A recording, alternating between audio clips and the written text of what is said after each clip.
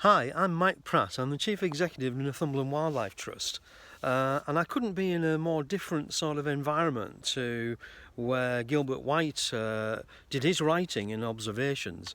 I'm actually on a cliff just on the North Yorkshire coast actually, and in my little garden here, just as we come out of lockdown, I'm just taking this time to reflect on the inspiration that Gilbert has given me, and I think many naturalists the world over.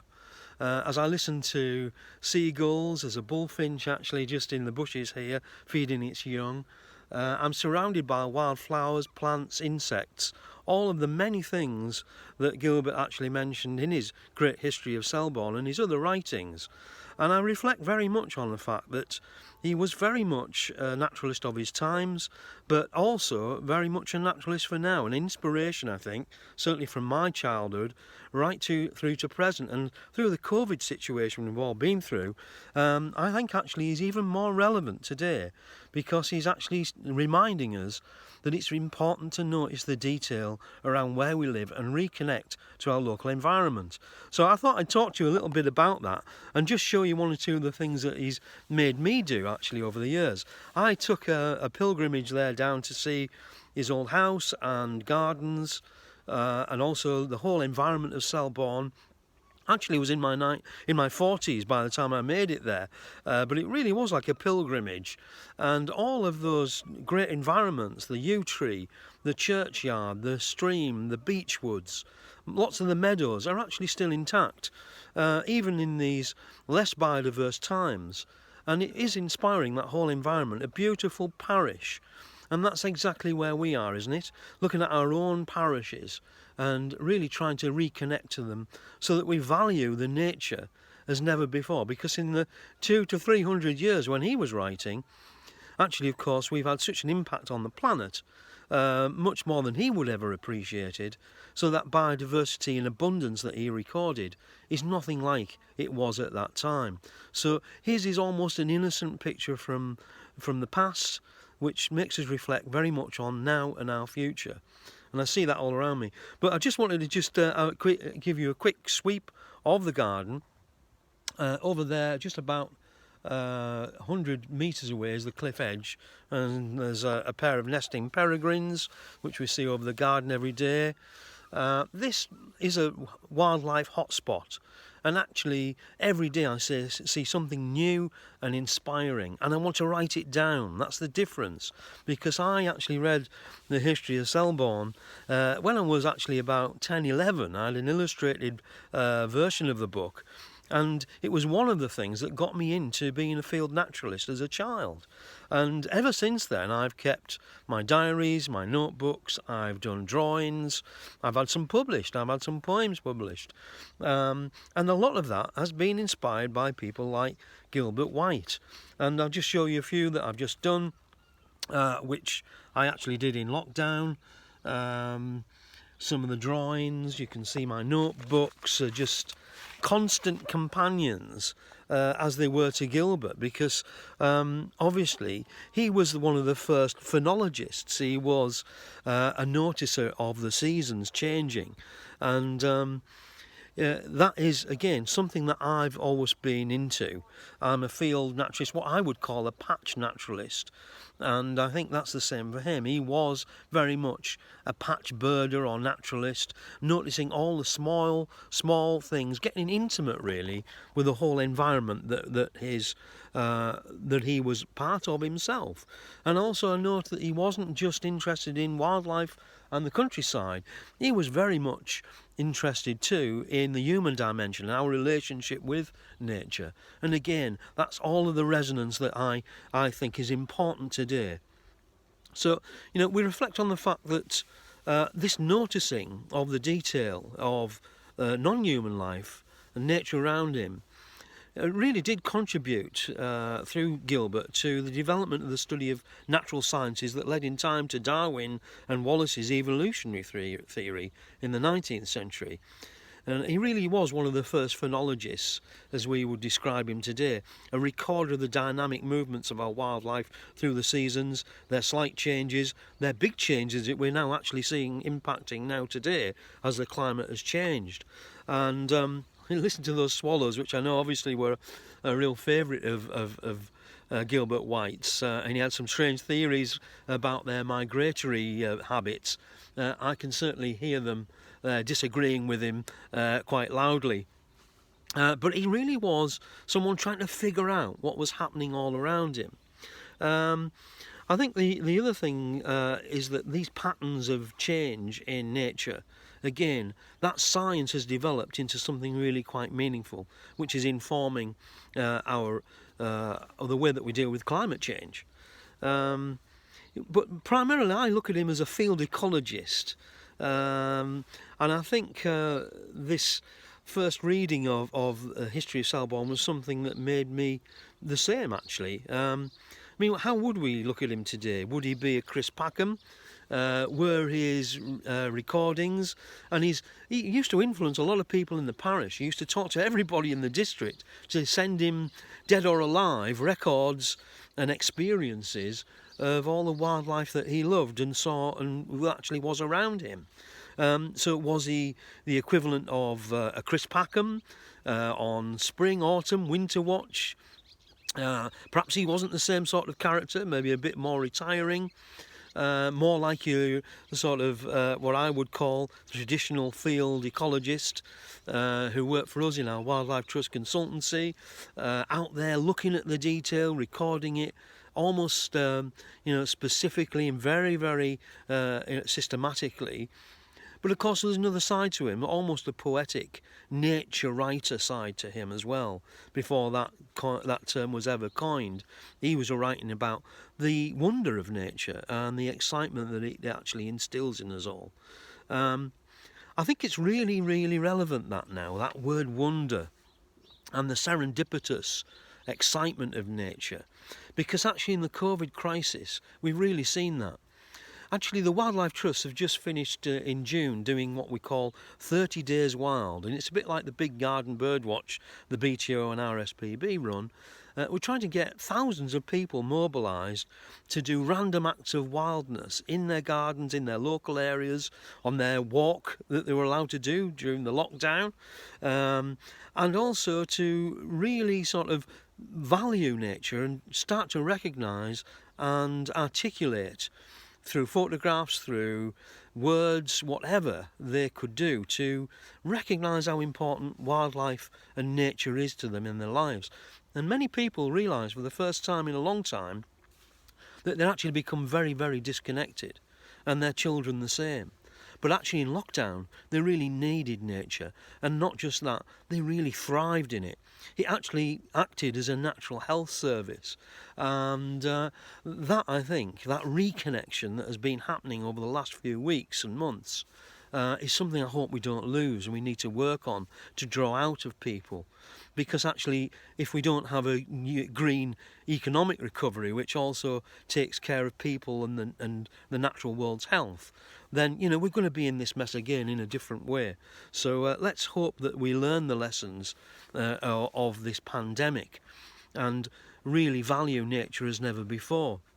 I have to say, many more thousands of people, tens of thousands of people, signed up for 30 Days Wild this year, and I think that's indicative of just how important and how exciting and interesting, in the same way as Gilbert might have said, nature is in all of our lives. It is central. We are, of course, part of nature, and the more we watch it, I sit here in this garden now, and all around me, and I feel connected. There's an interconnectivity in all that we see around us. And again, Gilbert very much, I think, had that feeling that, with his religious beliefs as well, it was everything that God provided with us amongst it, as part of it, not particularly on top of it. One of the things I've also noticed in recent times is that even without our sort of events, even without Spring Watch on the telly, which was brilliant for being more local this year, and really much more close to home to the sort of things that people would normally see, people actually expressed it anyway. They were desperate to talk and photograph and get things out on social media. There was almost like a stream of wildlife consciousness and nature consciousness actually articulated in sound bites and mind bites, if you like, and written pieces and photographs, and they're still coming forward. People have got the wildlife bug, and they are recording. They're not writing it down and being a diarist like Gilbert White, or even I am, but they are actually using every media platform to get across their fantastic excitement and wonder of nature, in nature, on a daily basis. And that again fills me with hope, and I think really very active hope, I hope, to really see that people will not just go away from nature. They will take this inspiration, which I got from Gilbert, maybe through their own eyes and experience. It's flicked a switch inside of them, and they will always want to notice nature and make it part of their lives, and might actually do something for it, because that's the next step, isn't it?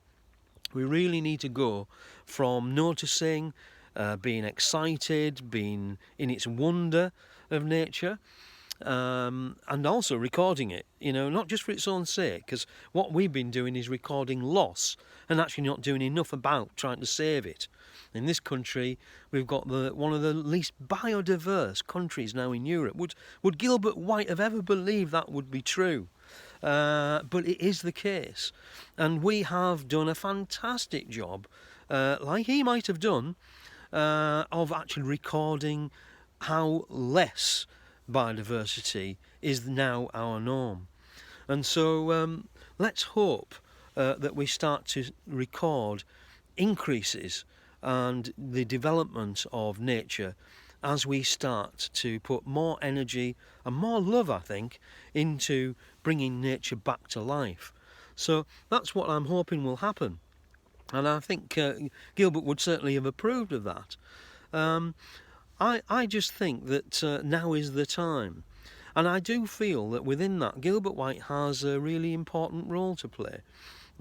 It's his 300th birthday. 300 years ago, all of these crises which we're now dealing with, they would have had different crises. Certainly there were many health crises and issues at the time in the 18th century. But nothing as big and as connected and as threatening, I think, to the human species, but also to a whole range of other species on this planet, as we now see. These three connected crises of ecological, climate, and health breakdown in many parts of the world, as we've seen. These things are all connected, and we know that. And this interconnectivity of every aspect of life, from the micro to the macro, again, is something that Gilbert did demonstrate with his collections, with his observations, and with his musings as well. And he very much did articulate the human society within all of that. And I think, now is the time to underline these exciting and beautiful writings of his, and really compare and contrast then and now. And we need to start to push the development of nature as part of the development and redevelopment of the economy and society going forward. So that would be my message. Not sure it would be Gilbert's, because he wasn't really a political animal as far as I can see, except in a very local sense. I mean, maybe again you could compare him to a local politician in some ways who was on nature's side. At least he was making connections. He was pushing nature to the front. Of course, in those times, nature didn't feel so separate. It was part of everybody's life and the way that they made a living, of course, still. We hadn't abandoned rural life and the countryside en masse into a mostly urban society. Not quite by that time. But it was certainly starting to happen, of course. And then the Industrial Revolution was going to start beyond that. So the thing I really love about Gilbert's writings is I go back to his diaries, and I just like to read about the amazing things he saw. Things like wryneck and redback shrike, which are almost mythologies now, except if you're a twitcher. They were commonplace and normal. nightingales singing at the end of his garden or in the local woods. These things, again, they're there, but they're not in the big abundance that they once were. And one thing I found during lockdown, I did a lot of local walking around my area here, and I saw everything. I saw foxes and fox cubs, barn owls, most nights, short-eared owl, long-eared owl, all of these great migrants that, again, Gilbert would have loved, ring ouzel, wheatear, all of the swallows, swifts, and all of those coming in off the sea. I saw so many things, and also made a study of lapwings in lockdown. They were incredibly inspiring, and I took his influence as well and watched them as they bred, right from before they made a nest and started displaying their strange behaviour, noting all of that, then laying eggs, then guarding the nest, and then eventually giving birth to these tiny, beautiful, little fluffy little chicks, and all of that. But in that field there were 4 pairs. In Gilbert's time, I'm sure there would have been probably 20. And everywhere I looked, all of the wildlife that should be there was just about there still. But it was still in very vulnerable numbers. And what I've really been very aware of, and I think when I read his writings as well as other writers from his time or before, and even into the 19th century and early 20th century, it's obvious that what has happened is things are just more on the edge. And it means that if anything, either a natural event or a human intervention which affects these birds comes in, or all of these animals, then actually that could wipe out the whole local population of lapwings in one fell sweep. And that certainly happened with foxes here. We had one group of foxes with fox cubs on the cliffs. They were disturbed by a group of people, and there actually isn't any more in this whole stretch of coastline where I live, probably within another 5 or 6 miles. Now that is, that's not natural and not normal. There should be more foxes here than there is. They're obviously still persecuted, but they also are disturbed. In lockdown again, there was less disturbance, wasn't there? Less noise, less disturbance, less activity from humans. So again, we did start to settle into that old pattern that Gilbert describes so aptly and beautifully, where there is almost a natural resonance and a natural ease to life around us, and which we could actually then start to take part in, and actually it started to make us feel better, more relaxed in life. So perhaps the long-lasting message from Gilbert that I've taken forward, and which I'd like to celebrate on his birthday, is just that. Let's all get together behind nature once and for all after this COVID pandemic experience. Let's truly reconnect with nature for its sake, for its intrinsic, beautiful, wondrous sake, but also for our own sake, because we need it. And it cures us, and it makes us feel natural, and it makes us feel relaxed and happy. And that is a lot in this quite frenetic, fractious world that we often work in. So let's bring Gilbert into the 21st century and celebrate him as an inspiring field naturalist who, well before Spring Watch or 30 Days Wild, really knew it was very, very important to notice every bit of wildlife and every bit of nature that we live in and around us.